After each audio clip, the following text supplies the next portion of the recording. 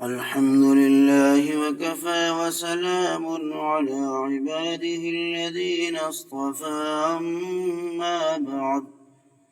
أعوذ بالله من الشيطان الرجيم بسم الله الرحمن الرحيم يا أيها الناس اعبدوا ربكم الذي خلقكم والذين من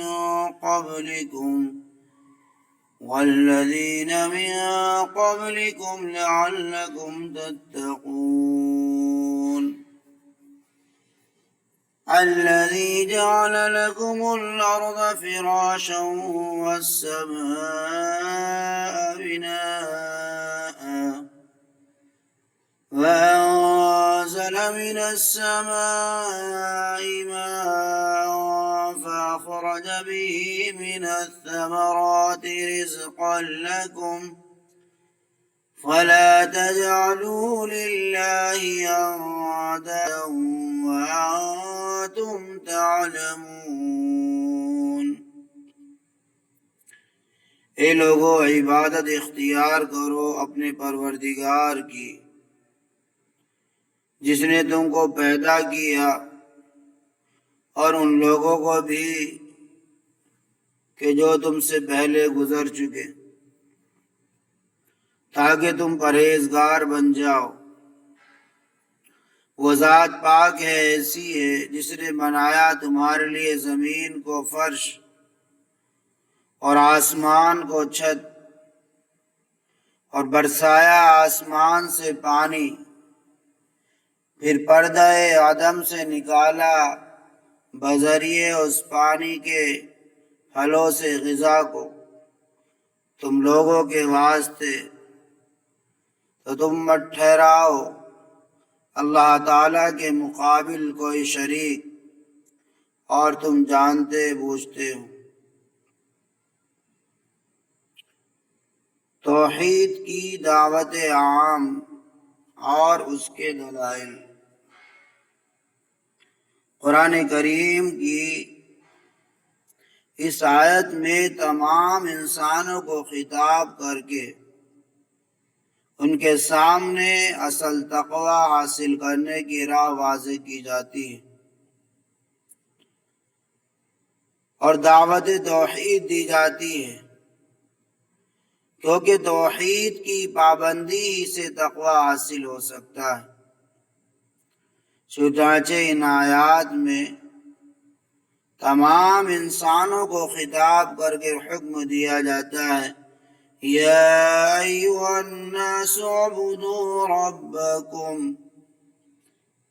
عبادت کے معنی ہے اپنی پوری طاقت مکمل فرما برداری میں صرف کرنا اور خوف و عظمت کے پیش نظر نافرمانی سے دور رہنا، یعنی اللہ تعالیٰ کے احکام کو عاجزی و ادب کے ساتھ ماننا۔ اب اس میں نماز، روزہ، حج، زکوٰۃ وغیرہ اعمال و عبادات بھی شامل ہیں، اور صحیح عقائد و تصدیقات، معاملات و سیاسیات، آداب و معاشرت و اخلاقیات بھی داخل ہیں۔ پھر یہاں یوں فرمایا کہ اپنے رب یعنی ہر وقت اور حال میں پرورش کرنے والے کی عبادت کرو۔ یہاں لفظ رب کا انتخاب کرنے میں یہ حکمت ہے کہ اس لفظ کے استعمال سے دعوے کے ساتھ دلیل بھی آ گئی کہ عبادت کا مستحق وہی ہے جو تمہیں پالتا ہے۔ چنانچہ آگے ارشاد فرمایا، الذی خلقکم والذین من قبلکم لعلکم تتقون، یعنی اوپر جو رب کی عبادت کا حکم یا ایھا الناس اعبدوا ربکم میں دیا گیا تھا، اس کی پہلی عقلی دلیل خلقکم میں دی گئی، یعنی تمہیں پیدا کیا اور نعمت وجود سے سرفراز فرمایا، اس لیے وہی عبادت کے لائق ہے۔ دوسری دلیل بیان فرمائی والذین من قبلکم، یعنی تمہارے آباء و اجداد اور دوسرے تمام انسانوں کا خالق بھی وہی ہے، اور سب اپنے ایجاد و وجود اور ہستی میں اس کے محتاج ہیں، لہذا قابل عبادت و پرستش وہی ہے۔ پھر آگے فرمایا لعلکم تتقون، اس میں یہ بتایا گیا کہ اس کی اطاعت گزاری اور عبادت کرنے سے اللہ تعالیٰ کا کوئی ذاتی فائدہ نہیں، بلکہ اس سے سراسر انسان ہی کا نفع ہے کہ اس کو عبادت سے تقوی کی صفت حاصل ہو جائے گی اور آتش جہنم سے بچ جائے گا۔ محترم سامعین، تیسری دلیل اللہ تعالیٰ نے فرمائی الذی جعل لکم الارض فراشا، یعنی جس نے زمین کو تمہارے لیے فرش کی طرح بنا دیا کہ تم اس پر چل پھر سکتے ہو، بیٹھ سکتے ہو، لیٹ سکتے ہو، اپنا گھر بنا سکتے ہو، اس پر اپنا کاروبار کر سکتے ہو۔ یہ زمین نہ اتنی نرم ہے کہ جس پر قرار نہ ہو سکے، نہ لوہے کی طرح سخت ہے، بلکہ نرمی اور سختی کے درمیان ایسا بنایا گیا جو عام انسانی ضروریات زندگی میں کام دے سکے۔ چوتھی دلیل بیان فرمائی والسماء بناء، یعنی آسمان کو اللہ تعالیٰ نے خیمے کی چھت کی طرح بنا کر کھڑا کر دیا۔ گویا یوں سمجھیے کہ یہ سارا عالم بمنزلہ ایک مکان کے ہے، کہ آسمان اس کی چھت ہے اور زمین اس کا فرش ہے، اور چاند اور سورج، ستارے و سیارے اس گھر کی شمع و چراغ ہیں۔ پانچویں دلیل بیان فرمائی وَأَنزَلَ مِنَ السَّمَاءِ مَاءً فَأَخْرَجَ بِهِ مِنَ الثَّمَرَاتِ رِزْقًا لَكُمْ، یعنی بارش کے ذریعے مردہ زمین کو زندہ کر کے اس سے تمہارے لیے روزی پیدا کی۔ انسانوں کے روز مرہ کے کھانے پینے کی چیزیں مثلا غلہ، اناج، سبزی، ترکاری، پھل، میوے، ان سب کا زمین سے اگنے اور پیدا ہونے کا انتظام اللہ تعالیٰ ہی نے فرمایا۔ تو یہاں 5 قسم کے دلائل اللہ تعالیٰ کے معبود اور اس کی عبادت کرنے کے لیے دیے گئے ہیں، تاکہ ہر انسان غور کر لے کہ اس کو عدم سے وجود میں لانے والا،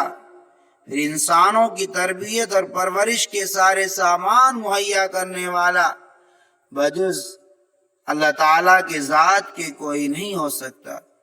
تو عبادت و بندگی کا حقدار بھی اس کے سوا کوئی اور نہیں ہو سکتا۔ اس لیے آخر میں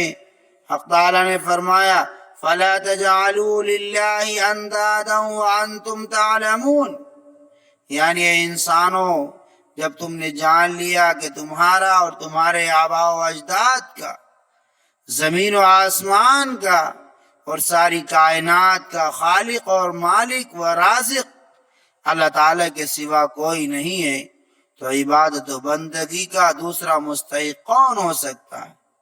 کہ اس کو خدا کا مقابل یا شریک ٹھہرایا جائے۔ حضرت ابن عباس رضی اللہ تعالیٰ عنہ فرماتے ہیں کہ قرآن کریم میں یا ایھا الناس سے مکہ والوں کو خطاب ہوتا ہے، اور یا ایھا الذین آمنوا سے اہل مدینہ مخاطب ہوتے ہیں، چونکہ مکہ میں مسلمان کم اور کافر زیادہ تھے، اس لیے اے لوگوں، جو دونوں فریق پر بولا جا سکتا ہے استعمال ہوتا ہے، اور مدینہ منورہ میں مسلمان زیادہ اور کافر کم تھے، اس لیے مسلمانوں کو خطاب، اس لیے مسلمانوں کہہ کر خطاب ہوتا ہے۔ دعا کیجئے کہ اللہ تعالیٰ اپنے فضل و کرم سے ہم کو توحید کی حقیقت نصیب فرمائے اور اپنے ذات عالی کی معرفت کاملہ عطا فرمائے۔ اللہ تعالیٰ اپنی عبادت و بندگی کی توفیق ہم سب کو نصیب فرمائے۔ اور جو کچھ ٹوٹی پھوٹی عبادت ہم سے ہو جاتی ہے اس کو اپنی رحمت سے قبول فرمائے، آمین۔ وآخر دعوانا الحمد للہ رب العالمین۔